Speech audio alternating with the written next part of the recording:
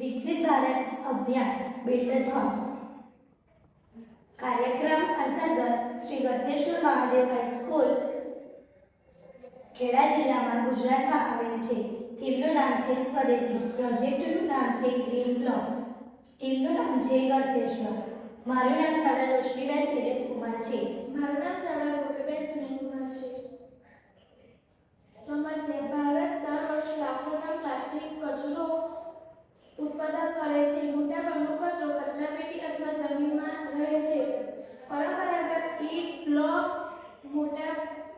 માટે વધારે પાણી અને કુદરતી સ્ત્રોતની જરૂર પડે છે. આ માટે એક સસ્તું, મજબૂત અને પર્યાવરણને અનુકૂળ ઉકેલ જરૂરી છે. અમારો ઉકેલ ગ્રીન બ્લોક પ્લાસ્ટિક વેસ્ટ રેતી અને સિમેન્ટનો ઉપયોગ કરીને બનાવેલો પર્યાવરણ મિત્ર બ્લોક. પ્રમાણ: 20% પ્લાસ્ટિક, 60% રેતી, 20% સિમેન્ટ, પાણી વગર. બ્લોક હલકો, મજબૂત અને ટકાઉ છે. પ્લાસ્ટિક વેસ્ટનું પુનઃચક્રીકરણ કરીને પ્રદૂષણ ઘટાડે છે. બનાવવાની પ્રક્રિયા: પ્લાસ્ટિક વેસ્ટ એકત્રિત કરીને સાફ કરો. તેને ગરમ કરી રેતી, સિમેન્ટને પ્રમાણમાં મિશ્રણ કરો. મિશ્રણને ગરમ કરીને અથવા દબાણથી મોલ્ડમાં ભરો. ઠંડુ કરીને બ્લોક તૈયાર કરો.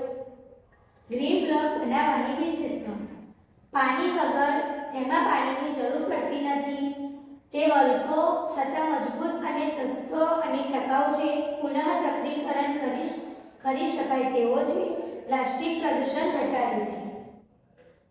પર્યાવરણ પર અસર: પ્લાસ્ટિક કચરામાં ઘટાડો કરે છે. પાણી અને માટી જેવા કુદરતી સ્ત્રોતોને બચાવે છે.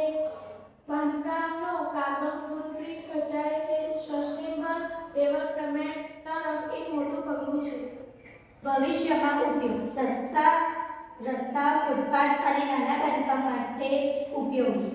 ગામડા અને શહેરોમાં લો વેસ્ટ કલેક્શનથી મોટા પાયે ઉત્પાદન શક્ય. સરકાર અને બિલ્ડર્સ માટે સહયોગ કરીને પ્રોજેક્ટ વધારી શકાય.